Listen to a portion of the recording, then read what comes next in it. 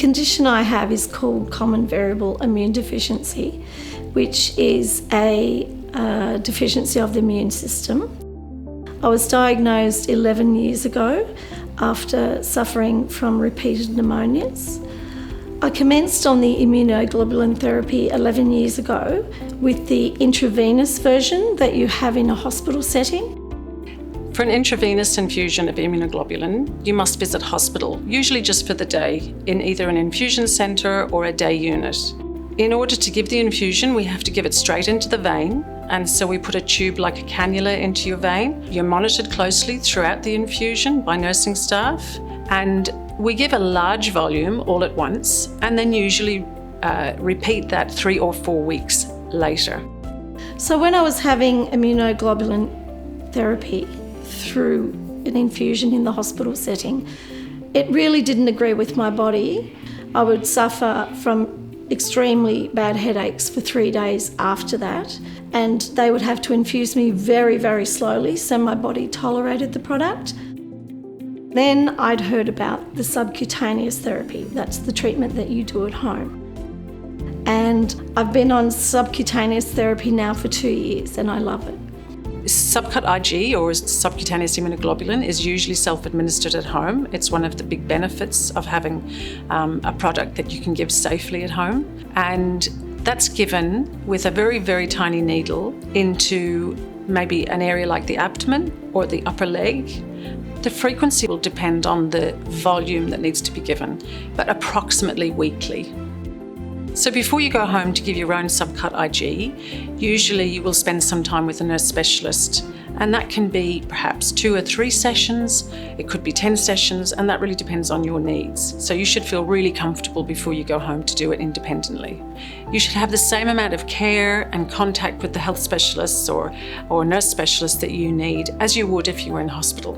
So you shouldn't feel that you're doing that out alone. You should feel very well supported in the community.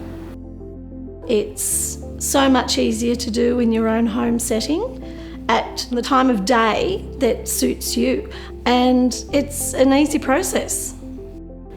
I infuse the subcutaneous therapy once a week and it takes about 2 hours.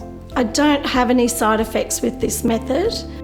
I do take 2 antihistamines as a pre-medication because I was at one stage getting headaches.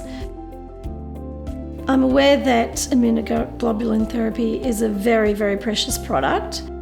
We are monitored every 6 months by our immunologist to see if we're still eligible for the product and also to see if we need a reduction or an increase in our amount that we take.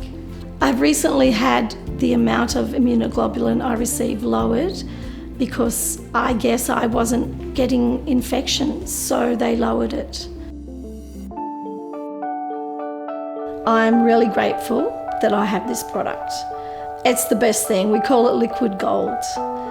And when I can get a chance to go to the Red Cross, I do go and I thank the blood donors. And they just get such a buzz that they've actually met someone who's received their products. I feel really well at the moment. It does have its plateaus and I do get stages where I struggle. But since I've had the immunoglobulin therapy, it has improved. Life has improved out of sight.